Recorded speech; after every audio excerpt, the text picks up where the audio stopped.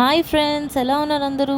నేను మీతో ఈరోజు chicken gravy curry recipe share చేసుకున్నా మా అత్తయ్య గారి స్టైల్లో. సో దానికోసం మీరు కావాల్సిన ఇంగ్రీడియంట్స్ వచ్చేసి ఫస్ట్ కేజీ చికెన్ తీసుకోండి. దాని తర్వాత 5 ఆనియన్స్ తీసుకోండి, అవి బాగా కట్ చేసుకోండి. దాని తర్వాత ఒక మిక్సీ జార్ తీసుకొని అందులో మీరు ఏదైతే ఆనియన్స్ కట్ చేస్తారో అవి వేసుకొని జీడిపప్పు వేసుకొని బాగా ఫైన్ పేస్ట్ లాగా చేసుకోండి. దాని తర్వాత ఒక కడాయి పెట్టుకొని అందులో హీట్ అయిన తర్వాత కొంచెం ఆయిల్ వేసుకొని దాని తర్వాత మీరు ఏదైతే చికెన్ కడిగి ఉంటారో ఫుల్ వాటర్ అంతా స్ట్రెయిన్ అయిన తర్వాత చికెన్ వేసుకొని బాగా మిక్స్ చేసుకోండి.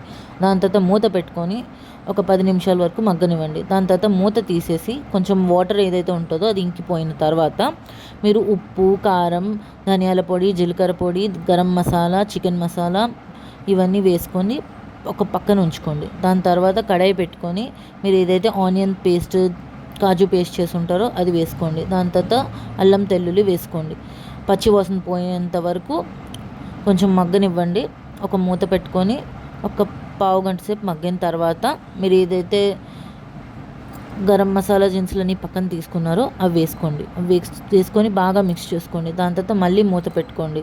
మీరు ఏదైతే జార్లో మిక్సీ చేసి ఉంటారో ఆనియన్స్ పేస్ట్ అందులో కొంచెం వాటర్ వేసుకొని మన గ్రేవీ కన్సిస్టెన్సీ చెక్ చేసుకోండి. దాని తర్వాత మళ్ళీ ఒక 5 నిమిషాలు మగ్గనివ్వండి. దాని తర్వాత లాస్ట్లో కొత్తిమీరతో గార్నిష్ చేసుకోండి. ప్రిపేర్ చేసి ఎలా అనిపించిందో షేర్ చేయండి.